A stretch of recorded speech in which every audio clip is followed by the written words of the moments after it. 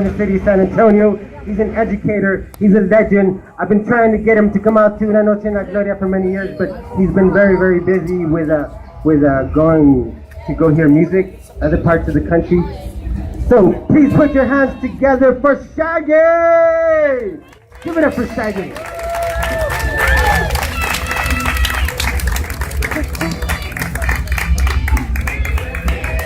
What's up, San Antonio? So I run the Puro Slam every Tuesday night at the Caroba. Sometimes we have bands playing upstairs while we're downstairs, so this fits in perfectly. I'm going to read a poem I actually wrote for La Voz this year. Anthony asked that I would read this, so I dedicate this to Mr. Anthony Flores. In Rome, they call it voce, and some say it's the most romantic one there is. In Berlin, it's Stimme, and the language of love has not been kind to that particularly clipped cadence. In Los Angeles, it's the voice, where notes soar while a drunk cowboy and a beautifully androgynous man-child get dizzy in spinning chairs. But right now, in San Antonio, it's La Voz. And I'd like to use my voice to take this chance to bless this stage with a positive jam, because that is how I made it to the dance in the first place. Inspired by Ginsberg's howl and Garvey's growl, and yes, Gil Scott, I was on the moon, but have since returned to earth and taken heed of all I have seen from the heavens above.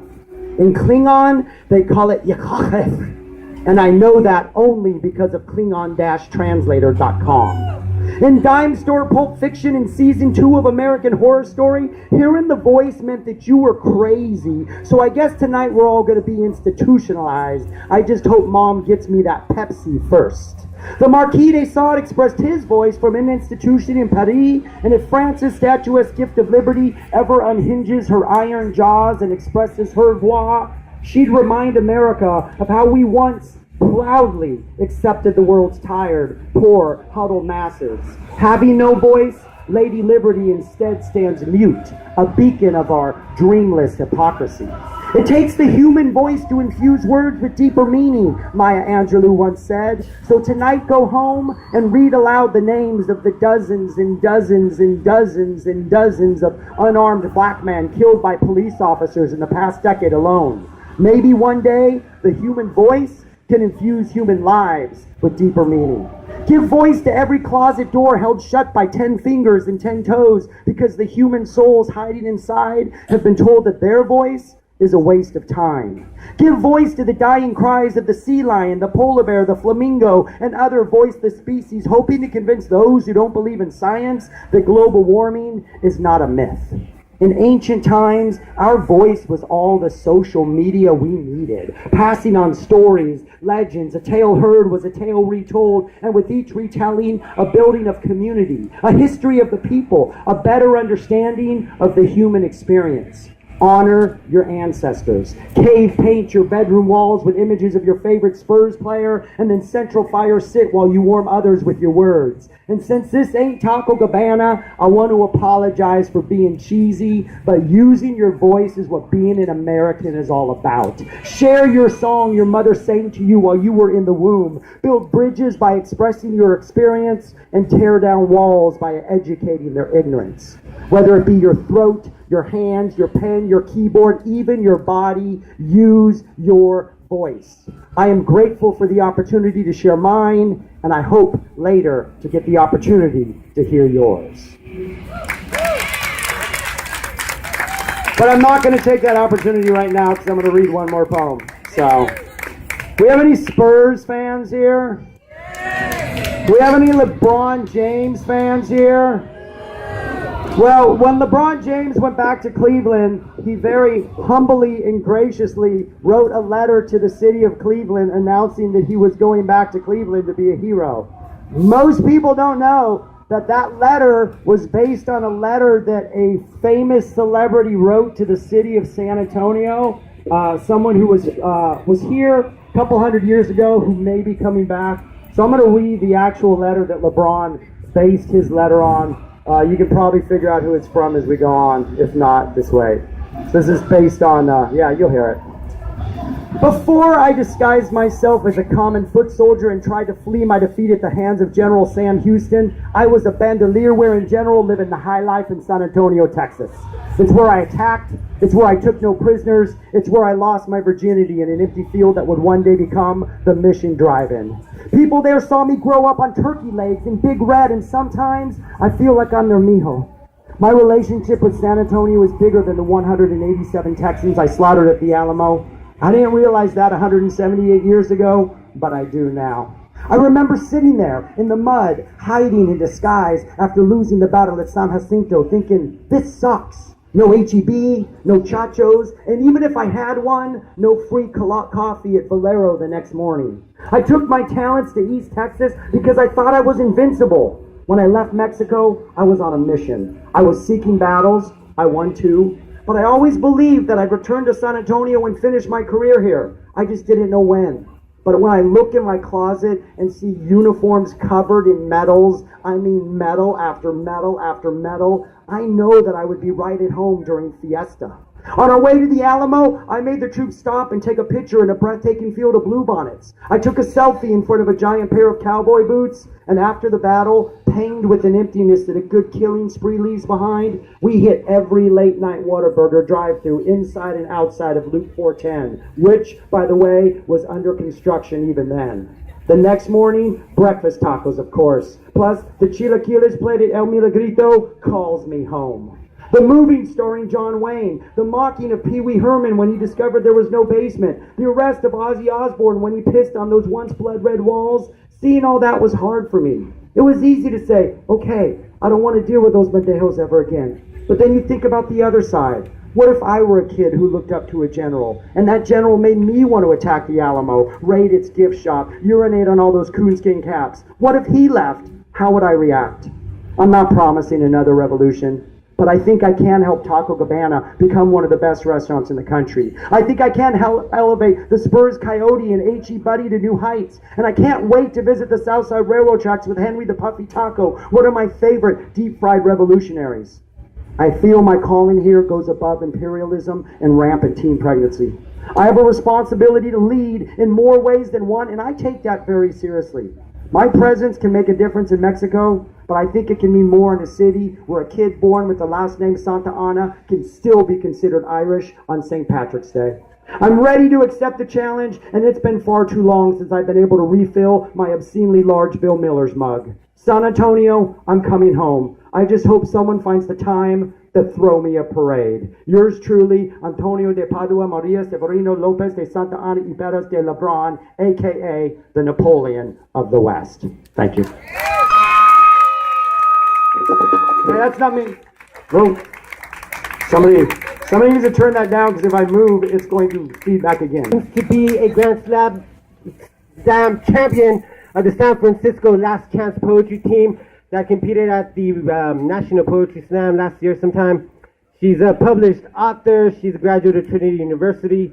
She's one of the finalists of La Voz Citywide Spoken Word Contest 2 years in a row for the first 2 years of the contest. Last year, she was a judge. She's been on TV all over the place. Some people say she's my daughter. I don't know. I never took a blood test. Nobody's ever proven it. Please put your hands together for Amanda Flores.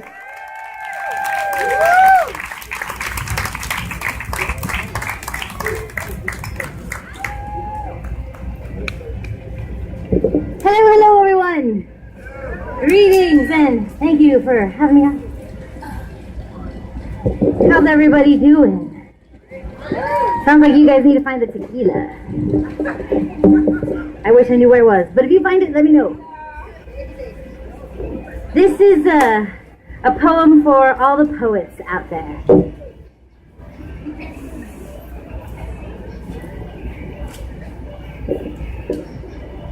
Do you think that we just write a poem? That we just gather our supplies, pen, paper, write, and then it's 5, happy hour, snag a seat, order something cold to think, head home, preheat the oven, set the poem out to thaw? You reckon after hearing of the hardships at hand, our office supplies are waiting to work miracles while we sleep? Like birds and mice who tailor ball gowns through the night, our tape conspires with our paper clips, if only to help us hold it together. That little cobbler elves visit the scratch-outs buried in my notebooks and reupholster them by morning. And no, my poem doesn't wake up like this. You say we must have been born with them, these poems, like it was inside us all along. Like I didn't just find out how many light bulbs it takes to change this poem. Like I didn't take 5 too many visits to sour pastimes just to conjure up the sentiment in stanza 6. Shucks, you think I was born with this poem? Like it came in tow with these genes? Thank you, but this poem is not my father's nose or my mother's chin. Though this poem may be their English degrees and mine, still this poem's not innate, not a birthmark nor a mole. Think these poems came beneath pillow after the last of my baby poems fell out? That my syntax and diction are a direct result of my being a cavity-free kid?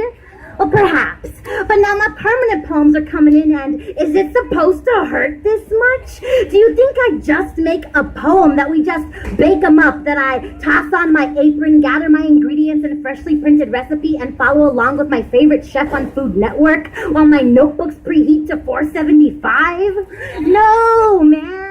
And truth be bold, and it is, I don't know what size party this can feed. I have no idea how many this poem will serve. But who is truth to keep me from still trying to dish it?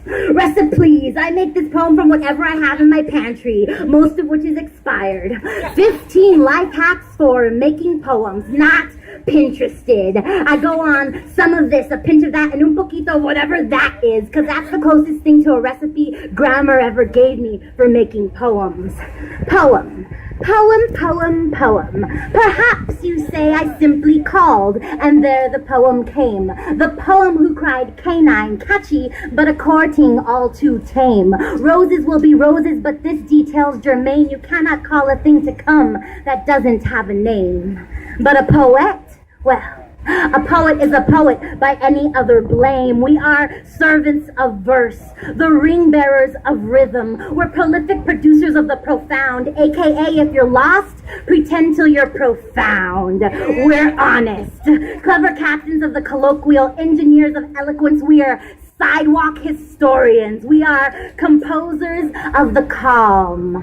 Not! We are the loud in volume, and sometimes without a sound. We're the jukeboxes of our own destinies, clowns of intellect, dukes of double entendre, commanders of creative cacophony. And I know what you're thinking. How many lyrical licks does it take to make the poetic center of lyrical happenstance pop? And I could tell you, but then I'd have to bill you. We're humanitarians. We are the meticulous tailors of talk, and there is a reason you cannot find the mute button.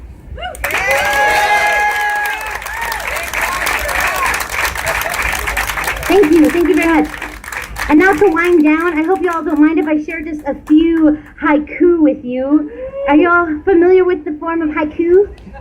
Yay! Okay, well for those who... What's that? Get up closer on that microphone. How about now? Excellent. Well, the haiku is an ancient form of Japanese poetry that consists of 3 lines and 17 syllables. So 5 syllables in the first line, 7 syllables in the second line, and 5 syllables in the last line. And I'd like to apologize in advance because I do have a pun problem. But we'll just kick it off right here. Movie time. Cat comes back from bathroom. Hey, I thought you put it on pause. This one's based on a true story. How do you keep an ADD girl in suspense? I'll tell you later.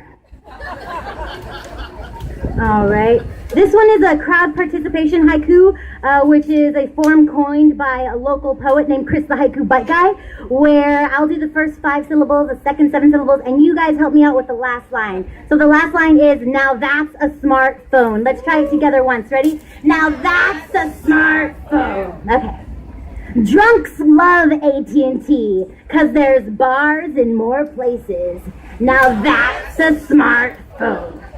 I'd just like to say I was very young when I wrote some of these, so I'm sorry. Accidentally butt dials your booty call for you. Now that's a smartphone.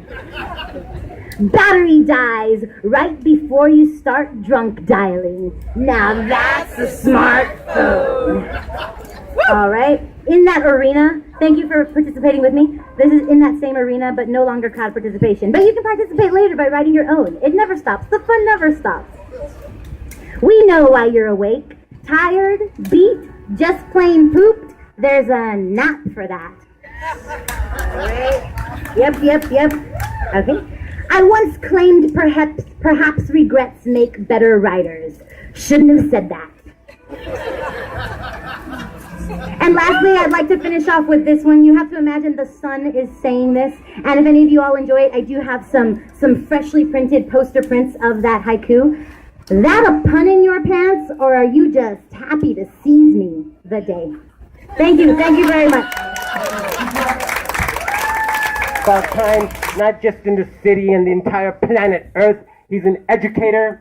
He's been a winner of La Voz citywide spoken word contest in the past. Last year he was a judge for the contest. Please put your hands together for the amazing Jesse Jesus Jacinto Cardona.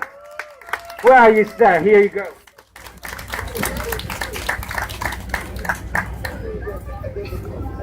Buenas noches, good evening. I'm going to read something that addresses a concern, which is las bombas, not the ones you dance to, but the ones that explode. Bombas, too many bombas. Ya estoy bombo de tanta bomba. Bombas. Que vida living under the shadow of la bomba. Bombas. Todo mundo building more and more, más y más bombas until the bomba explodes in every living room. Bombas. I don't want another bomba to blow my bones to my early tumba. Bombas, más y más bombas. Ya basta con las bombas. Bring on las congas.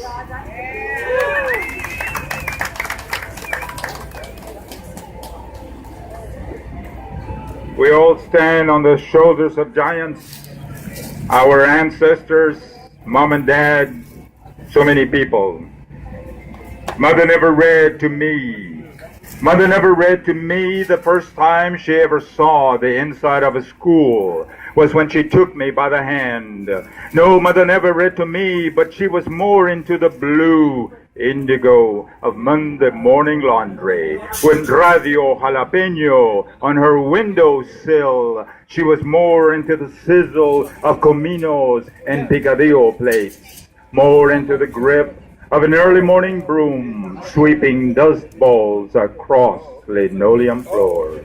No, mother never read to me. She was more into standing by her ironing board, planchando under a single light, pressing sleeves and cuffs late into the night. No, mother never read to me, bless her heart, Eloisa Rodriguez de Cardona. No, mother never read to me, but in her eyes I could see her dreams were puffs of past cotton fields.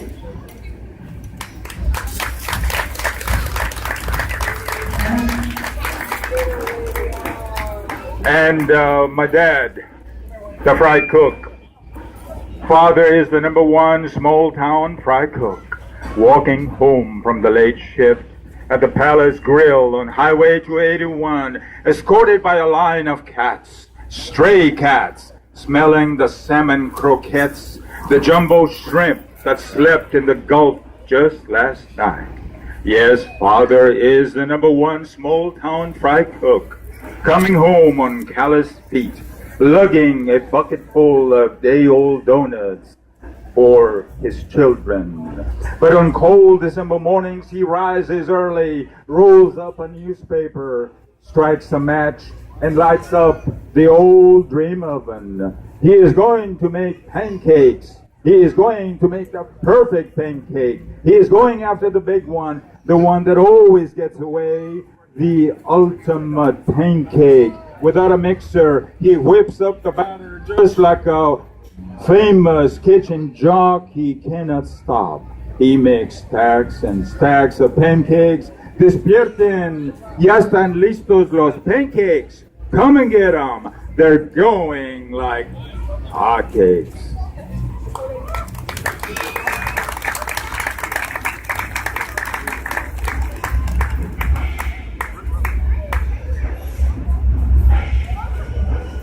And this poem is about knowing English and Spanish, or Spanish and English, and the mix that we came up with. Back in '57, I was just another Latin American boy, deep into khaki pants, steam iron pleats, gaudy cufflinks. Impressed by the passive parking meters on Main Street, mesmerized by the chrome spokes of customized wheels. And yes, I would laugh and laugh at how I took my black shellac, celebrating the edges of my orange faces, my dancing shoes, anxious to shake loose the alkaline kiss of caliche down my unpaved streets. Caught in the vortex of oil wells and taco shells, Spanish was my first, English was my second, but Star-Spangled Spanglish became my middle name. So was I Tex, or was I Mex, part-time Aztec, or was I your classic borderline case? Biped and bilingual, I even wore bifocals, but my biceps remained monolingual. Que loco. But in 1957, I could care less and less, because I could always laugh with Cantinflas at the ranch drive-in.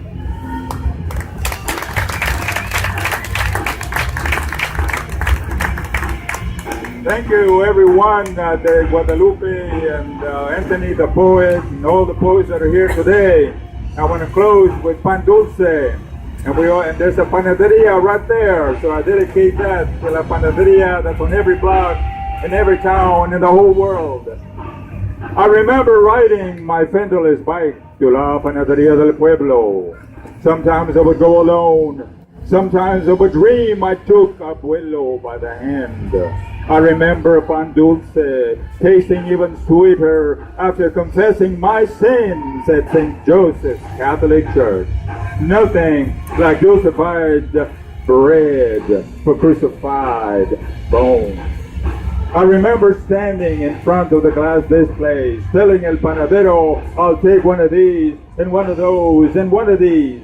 Unlike the cool Pachuco who came in asking for pan de polvo, un regalo, y un hueso azucarado to go, I had not mastered the names of pan dulce.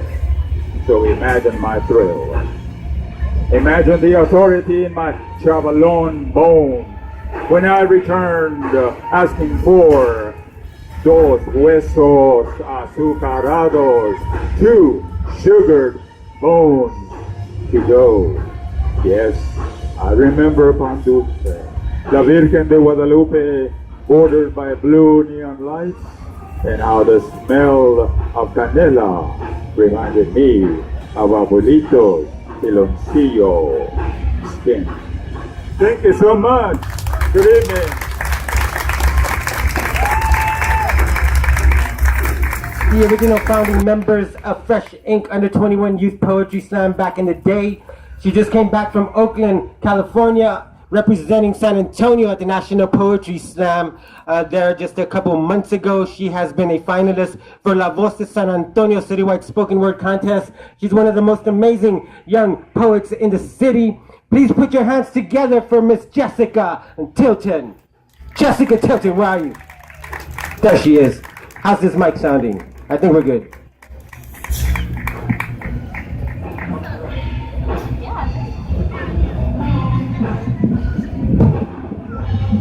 All right, thank all you guys for coming out. Really grateful to be here. This is awesome. This is a great event. I've been lucky enough to perform at this event for the last few years, and I've been attending this event for a couple years now. I think this is the 7th, which is awesome. So let's give it up for our awesome city that we all live in. I feel really blessed to be a part of this city. I think it's great that we have things like this for all of these different mediums of art to come together and celebrate and enjoy. So thank you all for being here at the University of Spoken Word stage.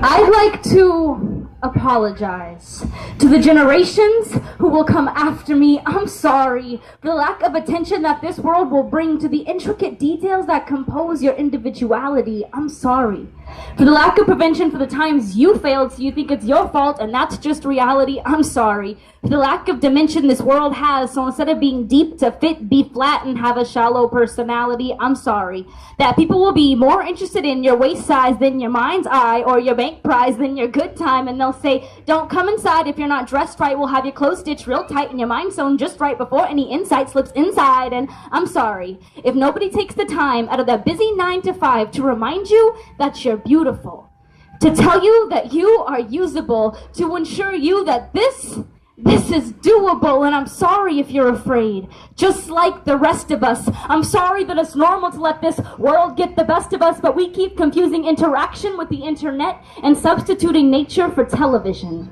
To know the truth about religion, you will have to be enlightened, and I'm sorry that the service that this world is not providing, you're growing up when hip-hop is dead and rock and roll is long gone, so you listen to crap when the radio turns on. I'm sorry that you'll probably eat more McDonald's than you will vegetables and spend more time at Walmart than you will with your real father. I'm sorry to the sons and all of the daughters who found a simple girl in several ways to complicate her, and all the boys who got employed just so they could try to date her. They won't become famous for being a teacher or a doctor, and they'll have to be a liar if they want to be a lawyer. Please excuse the limitations in this world made up of borders. You're growing up in boxes, and we all pay taxes, and we're constantly working for tomorrow's happinesses. We're in a world being ruled by a piece of paper.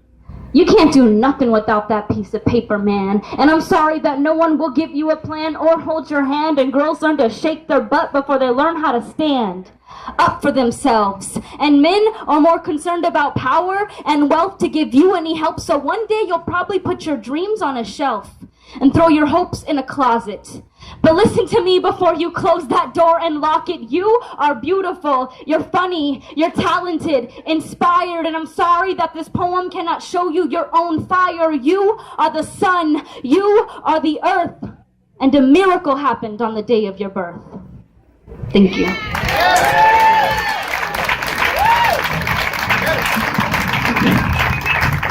I'm gonna do one more for you guys. Thank you all for all the support. Thank you for being here. I'm gonna change the mood a little bit. This is a mostly adult audience, right? Okay. True, except for my baby, but he's fine. He's heard this one before. Okay. It's a scene I've seen quite often. I walk into a woman's restroom and see 2 feet beneath this tall door. After my business is done, I look into the mirror and check my makeup, wash my hands, take my time. All the while, the room is silent. The restroom reveals 2 feet in front of a toilet, and I know another female is present, but she is unmoving, non-shuffling. And as more time passes by, the tension in the air mounts higher and higher, but not out of anticipation or curiosity, because I know exactly what she is doing, why she is waiting, like a female version of the thinker. And the tension is mounting because so many times I've been in this situation before, and so many times I've had to fight back the urge to yell through that awkward crack in the privacy barrier to that poor girl behind that door, just poop already. You will be okay, I promise. I will not tell anyone how human you are, I swear. But I don't yell. I just finish as quickly as possible because I know that girl is crippled with fear and guilt already, and she doesn't want to be yelled at. She just wants so badly for me to leave. So I do. Because somebody somewhere along the way gave that girl the notion that girls don't poop. They don't poop or fart or curse or fight or spit. They need to be aware there's a proper way to sit, and please shy away from anything explicit. Ladies, have we forgotten that our bodies are powerful and amazing, and every form and function about them is valid? It is within your capacity to be a womb to the human condition in that same body cavity that separates your waste from nutrition. So why are you afraid to let anyone know that you're shitting? This is a generation of female empowerment. So why is it that we treat these restroom stalls like time machines that blast us back to the 1950s if we truly believe we can do anything men can do? Shouldn't sitting on a toilet and performing a basic human function be included? Even if that means making a plop? And I know you like to think your shit don't stink, but lean a little bit closer, see the roses really smell like poo poo poo. Yeah. You're not being discreet when you turn on the faucet in order to relieve yourself. You're just wasting water. And if you call yourself a feminist but are afraid to take a public dump, then what are you doing with your life? If you consider yourself a part of the 2015 body positivity movement, but you don't want other women to know that you're affiliated with the number 2, then get out of here. I know a girl who, while on vacation with her boyfriend's family, didn't move her bowels for a week because she was too embarrassed to go. That is so sad and gross and painful. Ladies, we poop. There, I said it. It's out there. Everybody knows. So the next time I'm stuck in a restroom with a chick who thinks I'm a T-Rex, and if she doesn't move, I won't see her. I'm going to walk straight up to that awkward crack in that privacy barrier, and with one eye of determination fixed, focusing on her terrified face, I'm going to say, get over yourself. Everybody poops. Thank you so much. Thank you for allowing me to be on this beautiful stage. All you beautiful people, y'all have a great night. Oh, I just put out some red wine over here by the water. We have cold water over here for anybody who wants to have some. We also have a bottle of red wine. I have some white wine for you guys. If you're over 21 and you can prove it, you are more than welcome to join the University of the Spoken Word in drinking our vino for free, just because you're awesome. All right, here we go. Next up, she's actually one of the original founders of the poetry stage at Una Noche, and Gloria, she's an old friend of mine. She's been working with us ever since we started our poetry stages back at the beginning of the Luminaria project that has started here back in 2008. We've been working together for many years. She recently earned an MFA in poetry from Texas State University. She's here with us one more time. Please put your hands together for Nicole Marie Moore.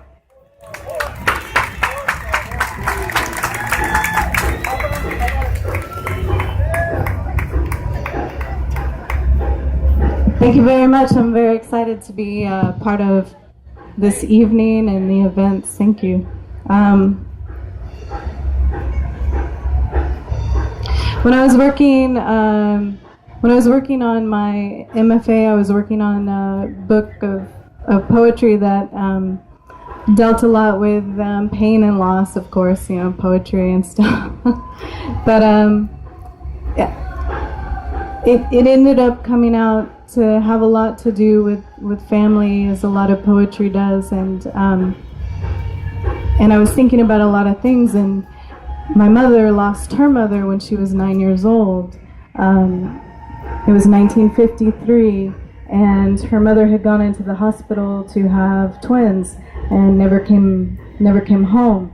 They were stillborn. Her father, at the time, remarried shortly after because he had 2 daughters to take care of, and he didn't know what to do, so he remarried shortly after. And my mother moved in with her aunts, and by the time she was 19, she was making her way from New York City or upstate New York to Texas. So a couple of these poems, I just want to give you a little back history for a couple of the poems I'm going to read. Someplace near the Canadian border, stillborn, 1953. When your mother died, your anchor lifted and you went to sea. And a red rowboat with a yellow raincoat on. To keep the salt of your eyes warm upon your cheeks, and protect your tears from the mixing mists, from the wave that could swallow your sorrow for its own. Though no one would know you had tattooed it like a sailor would a heart beneath your breast, to give you strength to row from frigid water into heat, where you docked and dried your eyes and clamped an iron lung across your heart. I'm going to read one more. It's called The Old Piano and the Talking Birds. When I am too old to move about easily, I only want a few simple things. Someone to hold an ancho chili pepper to my nose, to inhale the smoky sweetness like sun-dried tomatoes. Someone to place strong spices, curry, and cinnamon in the room in wooden bowls. Because somehow I doubt I'd do it myself in the end, asphyxiate or will myself to perish. Aren't you supposed to want to grow old? Life is not easy. It is awfully lonely. I know that. Now you know. So just roll me in front of an old upright. It doesn't have to be in tune, not completely. I like dissonance. If I just have the old piano or any old piano, I'll be good. Scars are memory. Do you remember when the nurse brought Ellie into the room? I do. She was nearly comatose from the psychotropic drugs. Her mouth dry like sun-baked straw, the mouth of a scarecrow parched. In the room she sat benign at the child's coloring table. The nurse left us alone. Or was she there? Memory is merely a black cornstalk. I thought of you, somebody, someday flying somewhere all alone, and me dead, perhaps, and you wishing to speak to me, and I want to speak back. Chopin's Nocturne, Opus 72, number 1, Saint-Saëns, The Swan, Tom Waits, Jonesburg, Illinois. These songs I played for Ellie, imagining it would help her. But she didn't leave a note saying, 1, I love you. 2, you never let me down. 3, I know, I was there once. I too was 27 with a dead mother whom I needed still. I never knew. 6 years later, she would be gone. So I visited, I played, I brought cigarettes, I brought socks, I brought underwear, and she wasn't a criminal. But I was able always to leave. But you know what? I did love my mother. And in her talking bird way, I know she loved me. Thank you.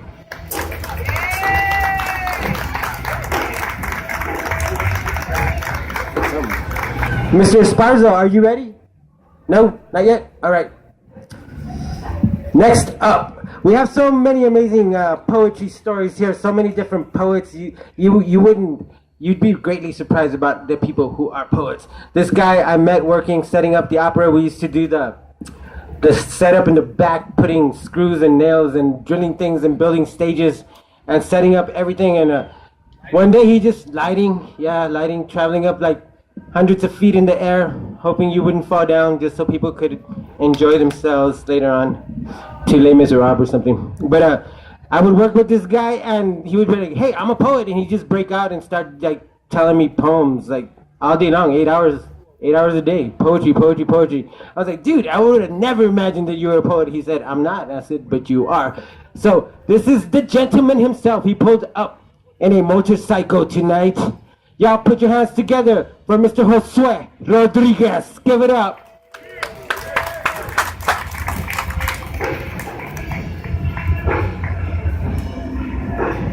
Hi, I'm gonna do 2 poems, but they're in Spanish. Sorry, I don't want translation or nothing, but it's like stuff that happened when I was a kid. You know, this is a dream I had recently. When I was a kid, everybody started doing heroin. It sucked. It's called Tecatos. Todos se andaban filoreando abajo del puente. Todos estábamos robando, fumando, rolando. Todos estábamos en la misma clica. Me rolaban a mí, lo rolamos a todos. Todos andaban bien espreentos. Todo el tiempo andábamos bien grifos. Pero casi todos los camaradas se comenzaron a filorear. Y andaban tecatos, robando cantones, carros, bicicletas, puros pinches chavalones, hackeando la gente. Chiva, carga, frajos, no frajeo, las colonias, West Side. Pero estos vatos se la fallaron. Me quitaron la feria. Y cuando desperté, corrí el cantón a traer mi navaja. Y fui al puente a ver si andaban aquellos culeros. Solo estaba un chavalón, ahí estaba doblado el vato. Ese pinche vato no valía verga, pero este vato era tecato, pero él tenía 13 como yo. Y pues chingado, ese día ese vato se murió. And the next one's Vampiro, it's my Halloween poem. Soy vampiro de 300 años y hoy ya son mis cumpleaños. Día de los muertos cuando yo nací, día de los muertos cuando yo morí. Duermo en el día, despierto en la noche, me voy volando, no necesito mi coche. Me voy volando, no te echo mentiritas, me gustan más todas las chinitas, rubias, negras, gordas y flacas. No me importan, no siento el amor, solo desangrando hasta que pare el corazón. Tantos años con la alma bien fría, muerte todos los días, volando, matando, rompiendo las almas. Y en estas horas de la madrugada tengo sueño, ya me tengo que dormir. Mañana tú sigues, tienes que morir.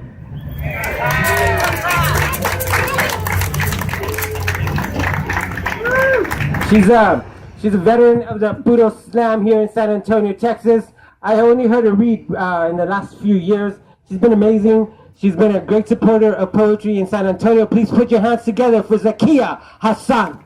Zakia Hassan. As she makes her way up here, just want to make this the official first message for next year's Una Noche en la Gloria. If you want to have anything to do with organizing a poetry stage or a music stage or an art stage, this is your first notice. Come to the meetings next January and you can have your own space somewhere in this sprawling complex. So give it up one more time for Zakia Hassan.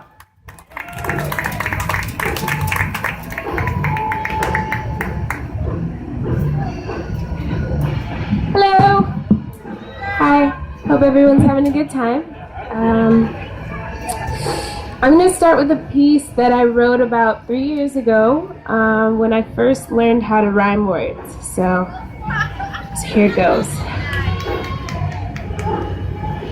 Come, let us gather in a round of deceit. We can try to run with the ground stapled to our feet. Let us enhance the authenticity of this cardboard cutout camaraderie. Set aside situations that might cause us to bicker. Everything's better with a side of hard liquor. Treachery can be drowned in a glass, extinguished by a voyage to the bottom of the flash, or extinguished entirely if we neglect to ask. Let us frolic alongside external perception. It appears estrangement has rendered us acquaintances.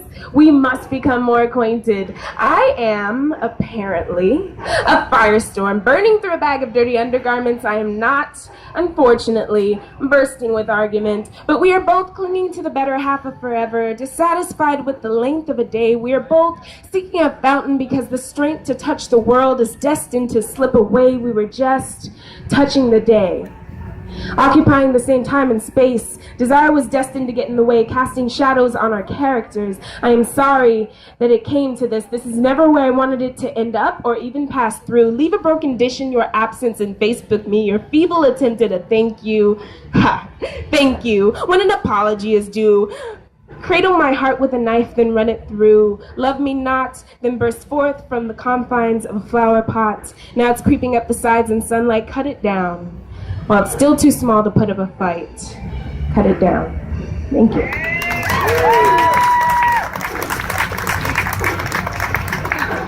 Thank you very much. I'm gonna do one more poem. It's about a friend I met in high school. So see, the thing about Mary is it's hard to say something about Mary that hasn't already been said. Mary was a rattlesnake on roller skates. Mary was a velociraptor with a machine gun, always searching for adventure and seeking out fun at her own expense. Mary was the green tint in a glass of absinthe, the exact flavor of arsenic, 5'6", slim waist, banging hips. Mary could wake up, messy hair, no makeup, and straight up stop traffic. But in spite of all this, she was kind. People would confide in Mary even upon meeting her for the first time. The eldest of 5 sisters and wise beyond her years, I'll remember her for her tenacity. But many will remember her for bare naked dancing on my mother's coffee table and putting an empty liquor bottle where it ought not to be at my 17th birthday party. Back then, our good times didn't mix well with sobriety. Hail Mary steeped in disgrace. I still remember the last time I saw her pretty face. Mary, who always looked 5 years older than she was, looking 5 years younger than she now is, H-E-B shopping cart full of kids, belly on baby number 4, her second baby girl has blue-gray eyes, staring back at me, and in 15 years she'll be killing them like cigarettes, maybe less. Because it's all fun and games until somebody gives birth. Hard-hitting regret in retrospect. If only she had known better, but she can only know what she's seen and heard. The truth is behind the scenes, like backstage passes, cold liquor and fancy glasses, silicone-enhanced lap dances. They say only pretty girls look good in the limelight, but any girl can look good in the right light. Lights down low, but someone should tell them you don't need digitally altered beauty to be beautiful. Lights down low, too dim to read the warning signs, too bright to not be dazzled by the glow.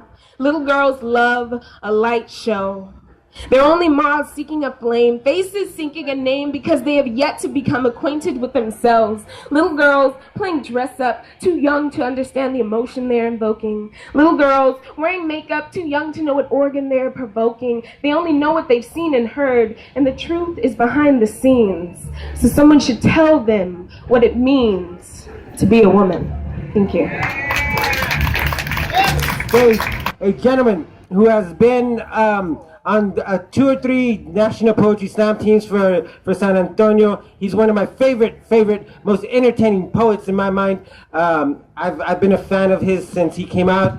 I think he showed up at his first slam, and he says when he was in high school that he snuck out of the window with his mom not there, and he went to a slam because he had heard about slam poetry, and he didn't get caught, and he didn't get in trouble, and so here he is still doing it.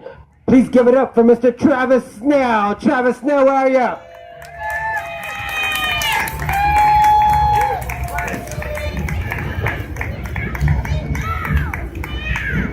All right. What's up, Portland? Oops. That's awkward. No, I know where I am. I'm on the east side. Another joke. No, that was good, Anastasia. That guy's funny.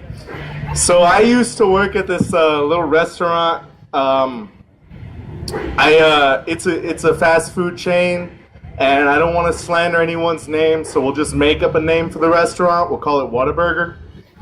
I used to work there once upon a time, and like most Whataburger employees, I hated my job. So I wrote this poem. We are gods of the grill, order-taking orators, burger-building badasses. We are the unsung heroes of your taste buds. We are fast food restaurant employees. You want a burger with mustard, ketchup, no lettuce, extra pickles, tomatoes, grilled onions on a wheat bun? You got it, mister. You want large fries, extra crispy with no salt on them? We can do that.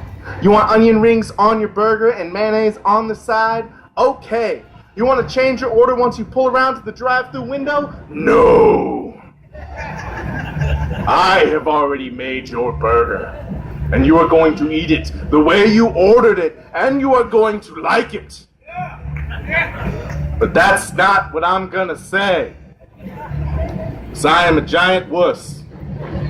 I'm gonna say, of course, sir or ma'am, let me fix that for you right away, and then I'm gonna remake your burger. Because after all, this is my fault, right? I mean, I'm the one who made the mistake of assuming that you were a responsible adult, fully capable of deciding what you wanted to eat and ordering it correctly the first time, and don't you dare try and blame Milton for trying to take your order down wrong. He may be just 14, but he is a smart freaking 14-year-old, okay?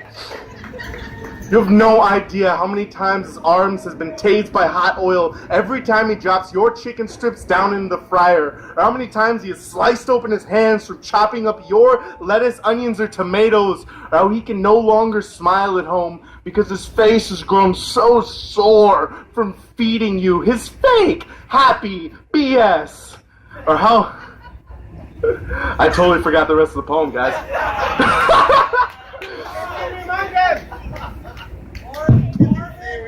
Or Marvin? Or Melvin?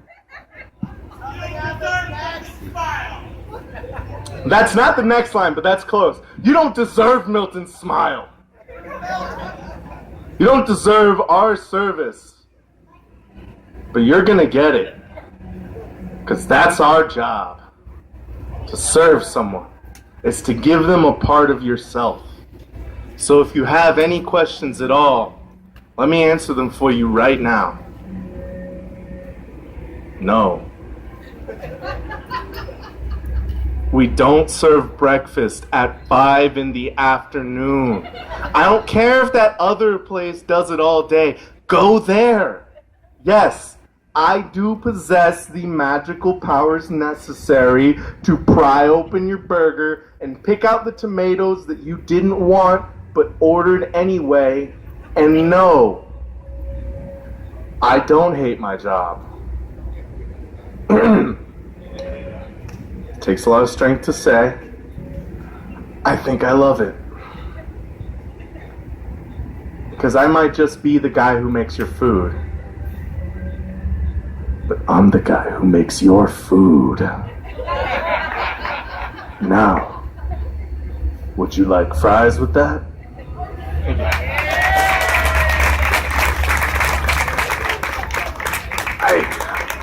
Ooh, that felt good. Get loose.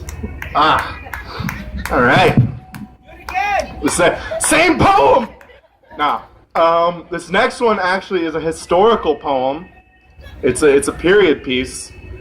Not a pun. That was not a pun. It's actually the first poem ever written. Archaeologists found it in a cave about 17 years ago, and I've translated it, transcribed it, and now I'm here to present it to you guys. This is a caveman's love letter. Hello, me Kronk. Kronk want make cave babies with you. Never mind. Kronk knew at this. Kronk know how to say Kronk love you in good way. Kronk think, what cave woman want? Cave woman want strong caveman. Kronk not strong caveman. Cave woman want a good hunter. Kronk not good hunter. Cave woman want smart caveman? Oh! Kronk have best grammar in whole tribe. Kronk smart caveman. Me decide. Me write you poetry. You name Elda. Sound pretty like call of giant bird. You smell like tree in spring. Kronk would kill tribe leader for Elda. Kronk would eat berries from poison bush for Elda. Kronk invent wheel for Elda. Elda hair like river after rain. Elda eyes like sky with no clouds. Kronk want Elda like saber-tooth tiger want coyote. Like fire want wood. Elda like meat and water to Kronk. Kronk need Elda to live. But Elda see Kronk's poem. Elda no love Kronk. Elda love Gart. Elder make cave babies with guard. But guard no love you. Guard stupid caveman. Kronk love you. That why Kronk no carve poem in stone. Stone break too easy. Kronk love no break easy. That why Kronk dig river in ground in shape of words. Take you to mountain, show you words that way. Even when no water, words stay. Love stay. Even when hurricane, even when stampede, even when Kronk die, words stay. Love stay. Love stay. Kronk want make cave babies with you. Thank you guys. Hey, you guys for coming. This is an awesome event. Thank you, Anthony. Thank you, everybody. Mr. Eric Hernandez to the stage. Give it up for the young poets, Fresh Ink, Mr. Eric Hernandez.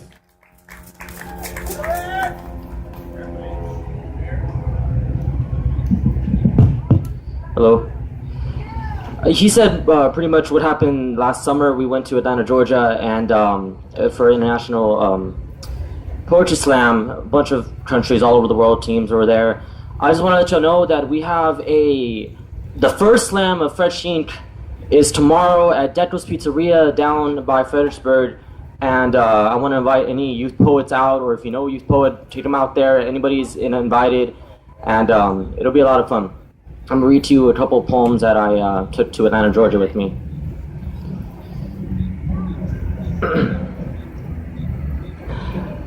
Why am I single? It's because I stutter too much. It's because I have a slight yet distinct lazy eye. I swear I'm looking at your face. It's because I don't always look you in the eyes. Because I'm anxious of what follows. Because I like to watch the words leave your lips. Because I like to listen to you speak. I can't look at you because the immense power of two souls colliding is a bit of a righteous excuse for just watching the floor. As you smile, I see a glint of pearlescent beads glimmering against distant sunlight, and the way your voice interjects unenthusiastic conversations I just know tomorrow. With no regrets, your voice cuts clean through the air like the first spoon of a Jell-O cup. So pristine, traveling at 300 feet per second, it echoes so slow in my mind. It's because I get distracted by all this that I can't really remember what you had asked me, and all I can say back is, I see rainbows when I think of you, and my palms get sweaty when you're around. Am I single? Why am I single? It's because my party music includes Louis Armstrong and Sarah Vaughan, or maybe it's because I like to watch educational science videos on my spare time, or maybe it's because I like to post trippy shit on Instagram. Yeah, that's a T-Rex shooting rainbow beams out of his mouth. What's your points?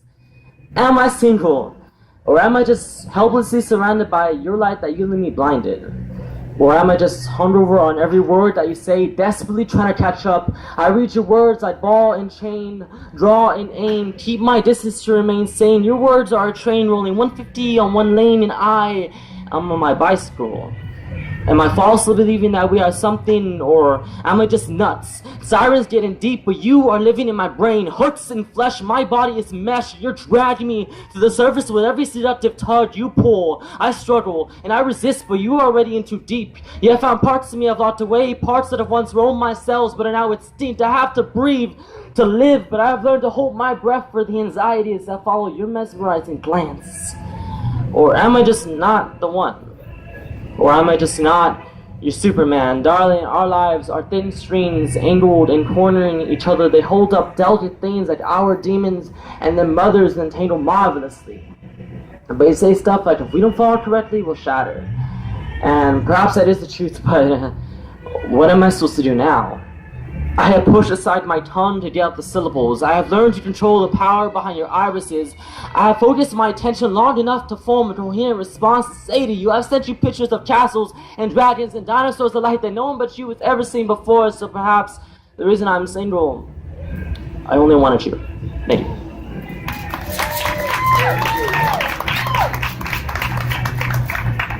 Do one more.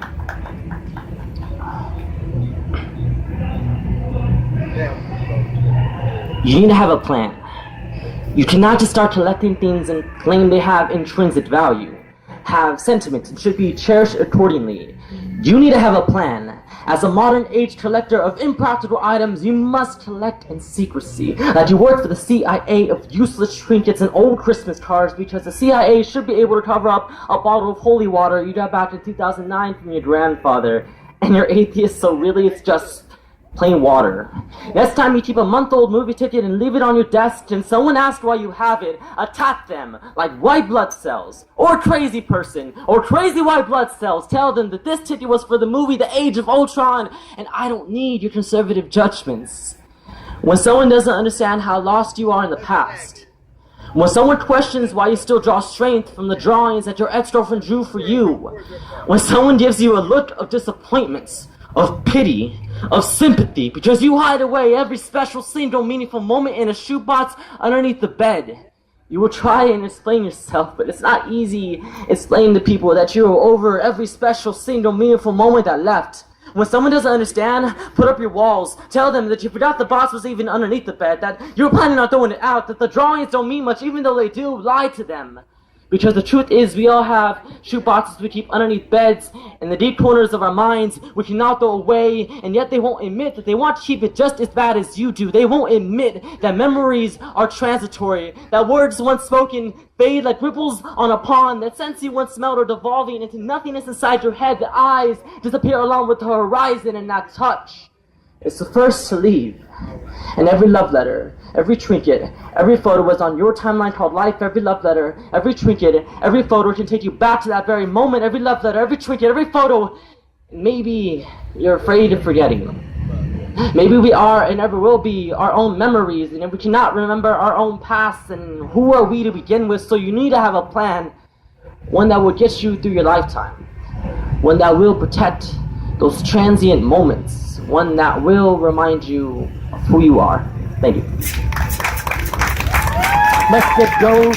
He's also one of my favorite poets. This guy has been around for a long time. He's from Chicago.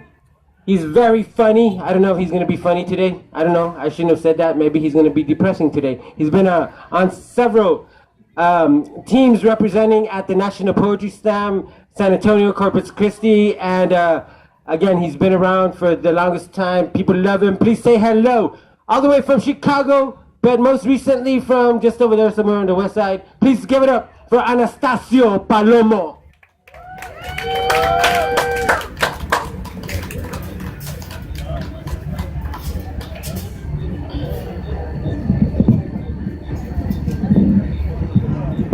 All right.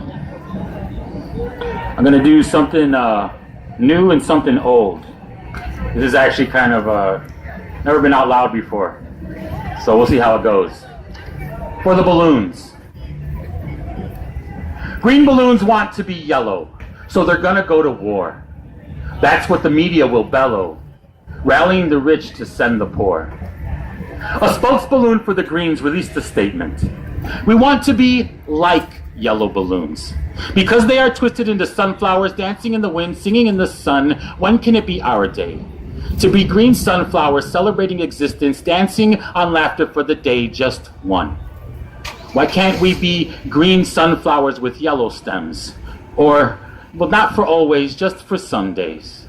Or we can all be sunflowers with no stems, dancing and singing, living in the sun, and celebrating life. Taking turns, or just basking in the sun together, linked with laughter, joyous not to condemn. Equal. That's the goal. To not have to remind society of relevance. Peace. Much love.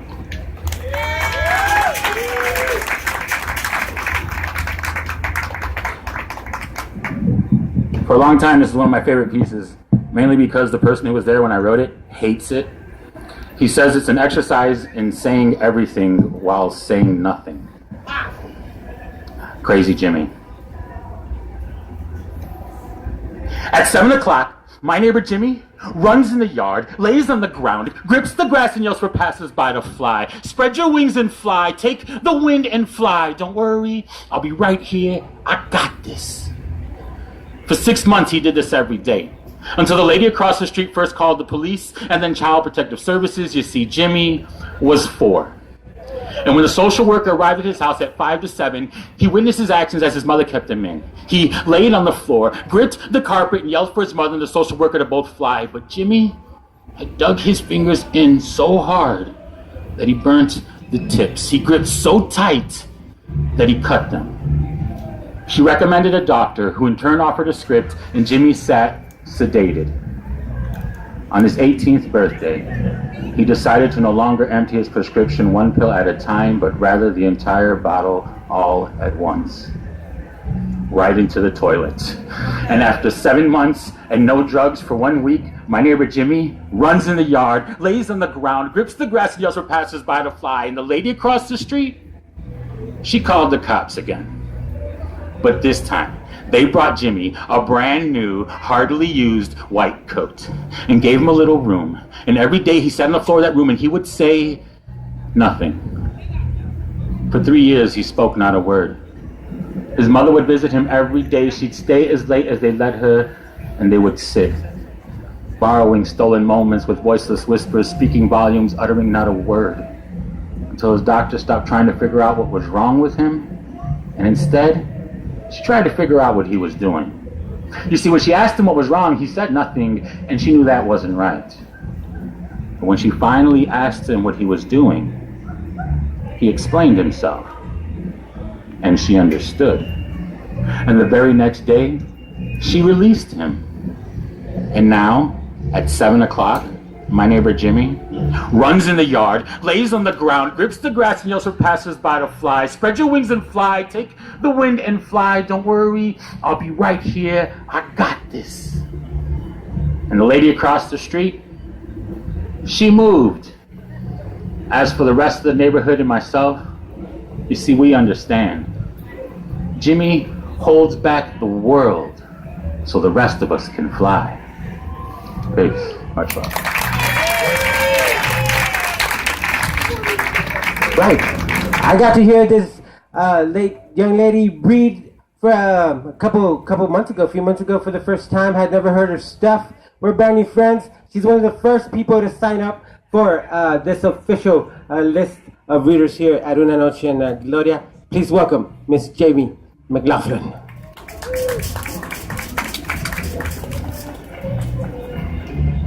Thank you.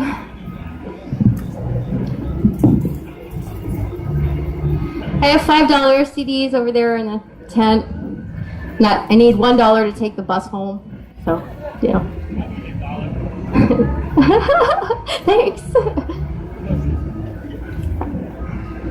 Good, because, oh, yes! Well, dude. My night is just completed. Thank you.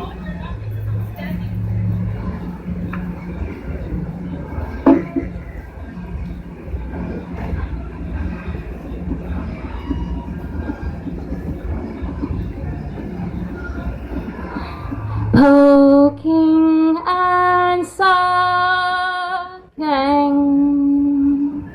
Prevention is the best response. The plane is green, fed from the rain. Crack addict, slumlord,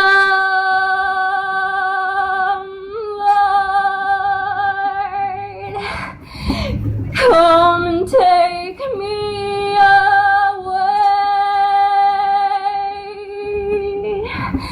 to where all the $1,000,000 triple deckers. All I can wait. I've been to the end of the line. Please think before you complain. You and I look for one to seeing you again.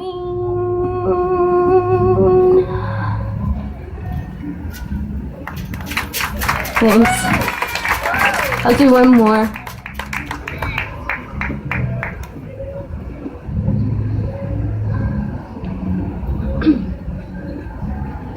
Salida del sol, salida del sol. Oh, the morning can be so cold. Salida del sol. Salida del sol.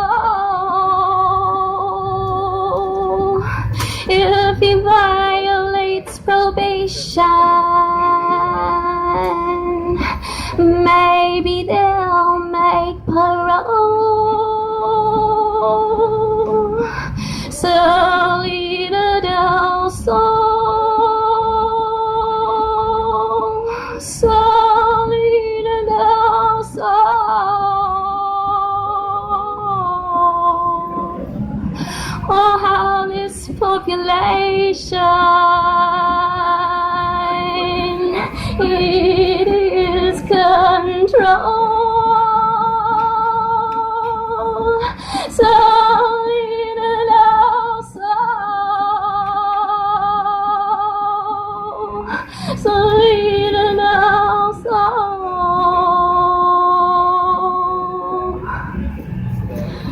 Before the riot, someone else scored a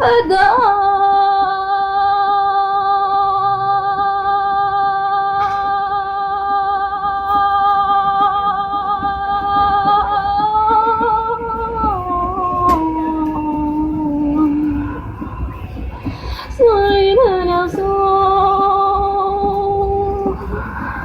Salida del sol. It's just something else that a junkie stole.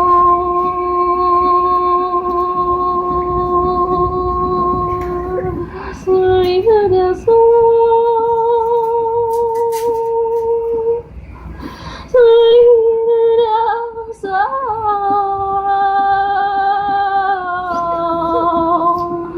Let's go down to the river and breathe the toll.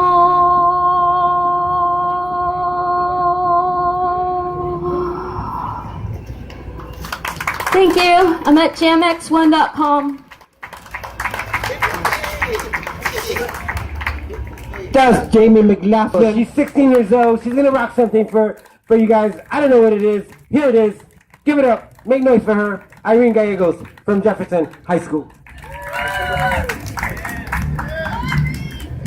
So I'm new at this. This is actually my first time performing. Alright, go. Alright, can you hear me? Yeah, good? Alright. So this is actually freehand. And so hopefully I don't suck or stutter because I really got a stuttering problem. But here we go. We are all art. I bet that each one of you were handcrafted. Not by anybody specifically, but you know, everyone has their own perks. I feel like I'm an abstract piece, just full of splats and different colors, but he's a Van Gogh piece. I swear he's crafted so beautifully. I cannot help but admire him in every single way possible. He's always there whenever I need him, but I swear to God that he is here right now watching me from one corner. And I thank him. I thank him for everything he has ever done. He has saved me from so much. Not to be corny or anything, but he's actually has saved me a lot. He's locked me in his arms and told me that everything's gonna be okay. And I don't tell him enough. But I love you. And I wouldn't change you for anything in the world. There's a lot of things in my purse at the moment. And some of those are vocabulary words. I spent all night trying to write them down to study, but I swear he's such a distraction that I can't even figure myself out in class. I swear I dropped from A's to B's, and I know it's not the big deal, but for me it is. I have a note handcrafted, literally handcrafted. Get it? Hand. And it writes, I still love you, even when my family hates you. I'm sorry I can't be the daughter-in-law you wanted, but I swear that I will take care of him as much as I can. And even though I suck sometimes at being a really good companion, I try my hardest. I love you. I love you. I love you. I'm sorry I don't say it enough, but I try. And just remember that every morning I always hoped seeing you. Thank you. The other day I called him the Rockstar Poet of 2015. Please welcome to the stage Mr. Eddie Vega.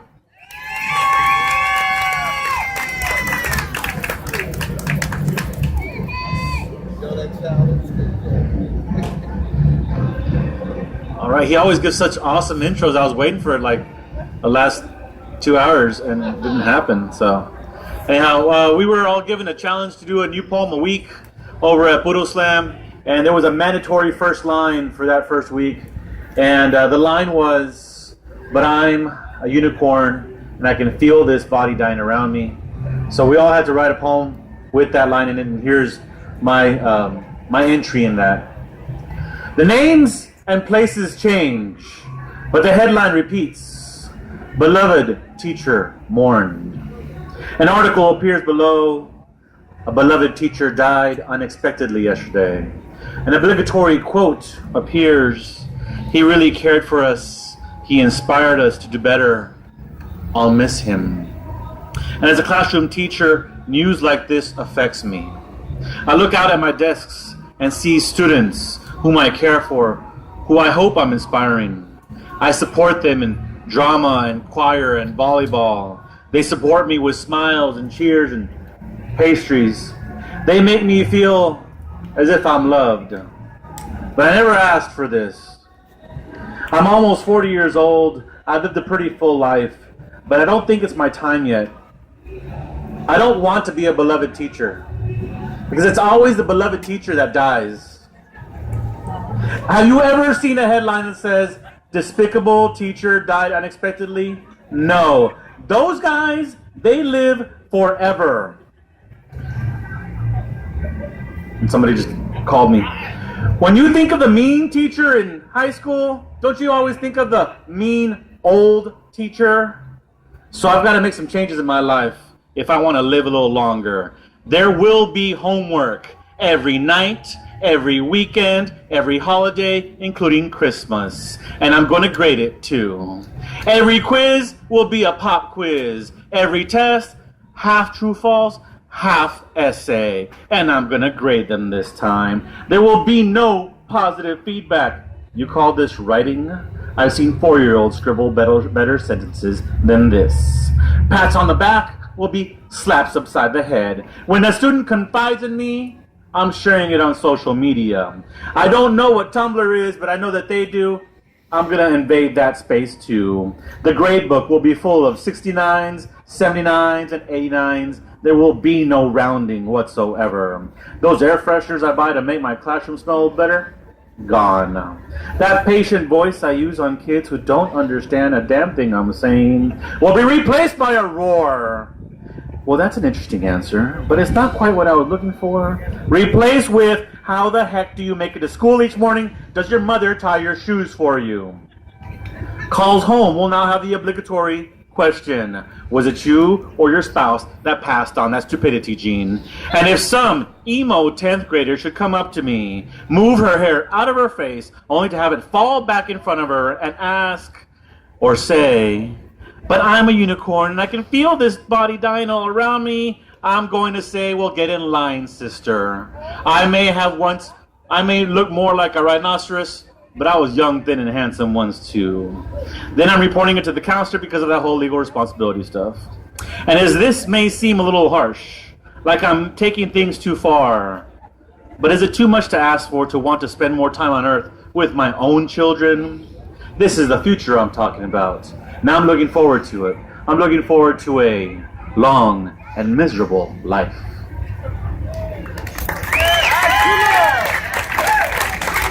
Speaking of my children, they're going to be selling my stuff back there. So I've got books and a poem, a poster of a paleta poem that I wrote, and so we're going to do that, and all proceeds go to chalupas for my children. All right, so almost. All right, I got a request, so I got to do this poem. According to local experts, there is a current demographic shift caused by forces both interior and exterior to San Antonio and South Texas, whereby persons of Mexican descent are moving in greater and greater numbers into the exclusive enclave of Olmos Park. I disagree. And I should provide evidence to support this assertion, because it is my contention that Mexicans have always lived in Olmos Park. Because when you stop to think about it, Mexicans live in a constant state of Olmos. No, hombre, vato. We almost had a car accident on the way over here. Hey, we almost saw Mad Max the other day, but it was sold out at the Dollar Theater. Hey, when my sister got her first tattoo, my abuelita almost had a heart attack. Hey, he almost went to jail. We almost went to the beach on Saturday, but Jenny got the diarrhea. The statements above each have an air of innocence. However, continuing to live in Olmos Park has some serious consequences that lead those in our culture away from sufficient success. Jerry almost got a job with them, but he decided they wanted him to work on the weekends. Johnny almost went to the Marines, but he decided to stay at Toyota instead. Janie almost finished college, but she got pregnant. Could you imagine if Cesar almost called his farm worker friends together? If Henry B. almost ran for public office? If Edward James almost tried out for the role of Jaime Escalante? No. The problem with living in Olmos Park is that we live like stereotypes all together in one house. It sits uncomfortably on the corner of Quien Sabe Court and If Only Lane. The white paint is chipped, the foundation is cracked and barely holding. The house leans a little bit toward the left. 55% of Hispanics in Texas almost finish high school. Of those that move on, 49% almost finish college. In the last national election, 46% of eligible Latinos almost voted, which means that about 12.6 million people almost made their voices heard. Ted Cruz, almost Latino. If we don't change our cultural attitude, we will always continue to be almost successful. So instead of trying to move into Olmos Park, well, it's high time that we get out. Buy my books. This guy has been going to poetry slams and kicking all the young people's butts. He's been winning everything. The finalist for La Voz. He's a educator. He teaches. I can't say where. It's illegal, right? I can't say where. So he's just a super rock star. Thank you, Mr. Give it up one more time for Mr. Eddie Vega. Victoria, are you ready?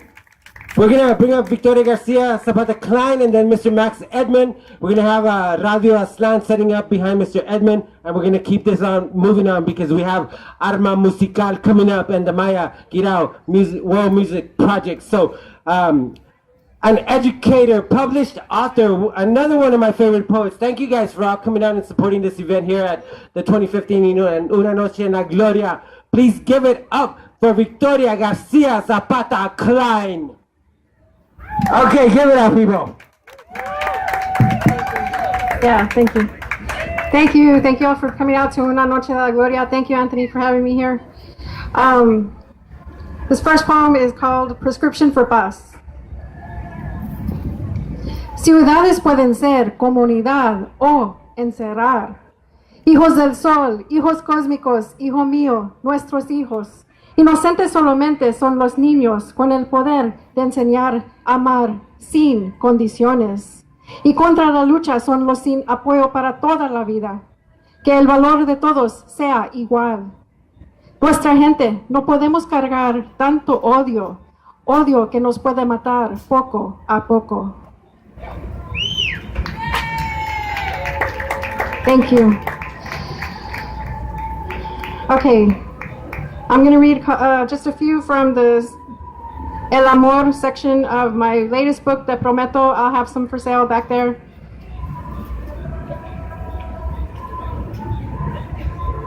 The first poem is called Lucha Bella. Para Lucha Luisa Silva. Lucha Luisa, amiga mía, mujer siempre luchando. You are not alone, nor will you ever be, now that you are with baby. Mujer embarazada, no tienes que estar casada. You stand strong like the stones at the Guadalupe River, amidst turmoil and confusion. A lover may provide tenderness momentarily, but it is your miracle baby growing, though doctors had declared your womb barren for years. This new life which will fulfill you unlike anyone ever could. Que sigues luchando por la vida bella, lucha Luisa. This one is for my brother, Alejandro. When he hurts, I hurt. When he sheds tears, so do I. When he smiles, I smile. When he plays music, I dance. When he paints, I write. The blood that moves the body, we share. Thank you. This one's for David Zamora Casas. He's the artist that did the cover of my book, Te Prometo. Davidcito. Tú eres para mí más que tu dahlia-esque mustache, the whiskers on your face that tickle when I reach to kiss your red, red lips. Más que esos labios a los cuales salen palabras chistosas, malditas y mucho más dulcecitas. Más que tus manos que tocan no nomás los penises, sino mucho más pinturas. El de los santos, nopales y flores. You are more than just a beautiful artist. Tú eres para mí, amigo mágico.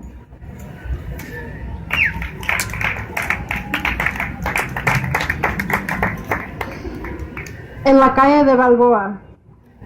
En la calle de Balboa, cerquitas de Castroville, by Our Lady of Good Counsel, across from San Fernando Cemetery. Pues en esa calle Balboa, I spent summers playing with cousins, shooting aluminum cans with abuelos BB guns. We skinned deer to make chorizo de venado, carne de venado, para los tamales de venado, para el caldo de venado, o lo que sea. Me and my brother would walk with our primos to La Concordia meat market to buy Chinese candies y chamoy. When we were little, we played in the blue plastic baby pool to cool our blazing days. We cleaned Abuela's house for fun, and because she was particular about her casa de ladrillo con pisos de saltillo, all built by my father and his father. In the evenings, we would sit all together to watch las novelas, Topacio y Los Inocentes, with Abuela en la casa en la calle de Balboa. Thank you.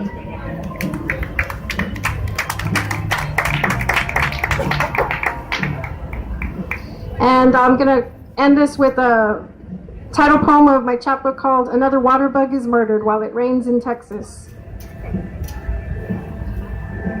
I disgust you in your cozy casita. Yes, I am bold, bien cabrón y muy macho. I lay still across your cama as you make love or simply sleep upon 800 count cotton sheets so silky smooth, then tickle your neck so you jump up and scream in susto.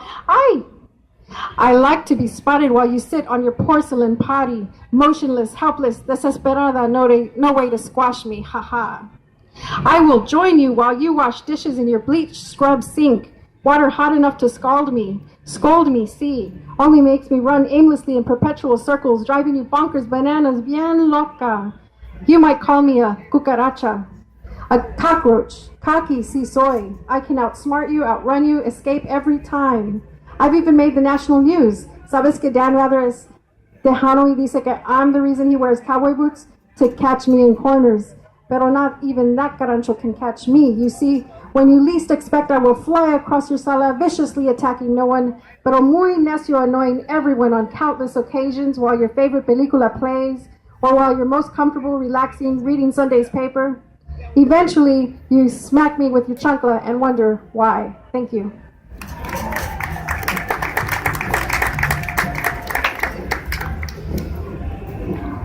This guy has just recently started an awesome educational program for the Mexican American youth of the community. He's you gotta follow him. He's a hip hop artist. He does everything. I don't think there's anything that he doesn't do. Please put your hands together for the amazing Max Edmond. Give it up for Max Edmond.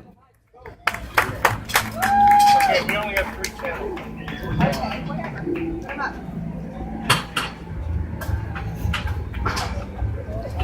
Anthony told me to bring a short poem, so I'm gonna go ahead and do the short one.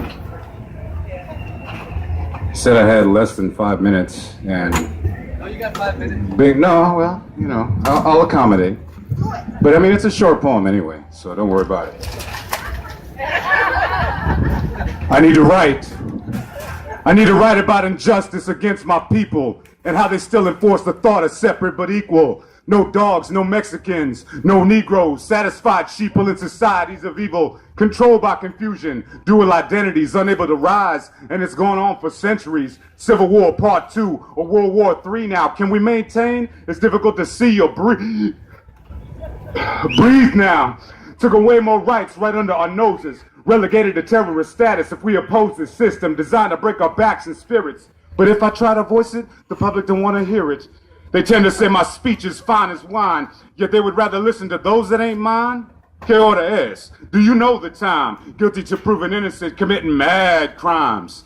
And we're supposed to shine. Creator gave us life for this planet to benefit, and all we see in our future is the death of it. They talk and don't walk, and our lives are the deficit. Sacrifice our children to debt we can't pay off. Depend on them for jobs as millions are laid off. They serve us up in numbers with no way to pay the cost, like trash we're tossed as our children wander lost. What we're seeing is a mass escape from reality. No boundaries, no borders, dissolution of family, casualties. The gap in income is widening. Politics and bullshit. It's no surprise then that anger wells up and creates hypertension, progress and die by our own inventions. Did I fail to mention? This is all designed to keep us in line with absent hearts and minds. We grind, we struggle till our muscles are sore. Again, this is not what we were born for. The heart can't keep up and fails to time keep wide awake, but living our lives fast asleep, deep sleep. Nightmares and dreams, it's harder to rest as these demons creep on us angels. Here I come, heaven, wherever you are. Whatever you are, far beyond the stars. Wait, bring me back. I refuse to believe the future of America is overweight, unhealthy kids that don't know what a belt is or what it's for. That are functionally unaware and uneducated without respect for life and their elders who brought them here. I refuse to believe that we are raising a generation that thinks all girls are porn stars and all boys are studs in training that can't spell, do simple math, or cook a hot meal, that believe in aliens, ghosts, zombies, vampires, and think that power and money come free and are a fucking birthright. YOLO? I refuse to believe we are so blinded by screens that is stealing our joy, making us impatient and annoyed when the results we expect aren't instantaneous. Sorry, real life is not the internet, and it's a shame we all live in public from the comfort of our armchairs. The revolution has died on the vine, and there are no more dangers outside than the sickness in our own minds. We handicap ourselves and our children. Again, I ask, are we gonna survive? Because the path we have led is filled with toxins and no connection, yet we think we're connected, but instead our souls are truly dead. And the apocalypse is here inside our tangled web and make us think we're going out of our head. I don't want to embarrass her like that, man, so I just wanted to let you know that, hon, I love you, and it's been a great marriage so far, you know, so far. Somebody laughed at that. We set out from the start to build a life together, pulling from fragments, rebuilding our hearts, minds, and souls, sharing each other's stories and vowing to do it different this time. Third time's the charm, right? A power couple. And even though we pick our accomplishments apart, there are still seeds planted in the community. We have inspired others. We have transformed the home we live in. Maybe Mijo's room one too many times, but that's another story. We have literally reshaped and fully rebuilt our reality. There's nowhere to go but up. We make our future the way it is supposed to be. not what is imposed upon us by others mutually. We fully support one another, even if when it does not feel like it. Through verbal chingazos, we may threaten with divorce, but we know we don't mean it. It's too goddamn expensive. You see, I cannot do any of this without you. And I believe you still think that way about me. Happy anniversary.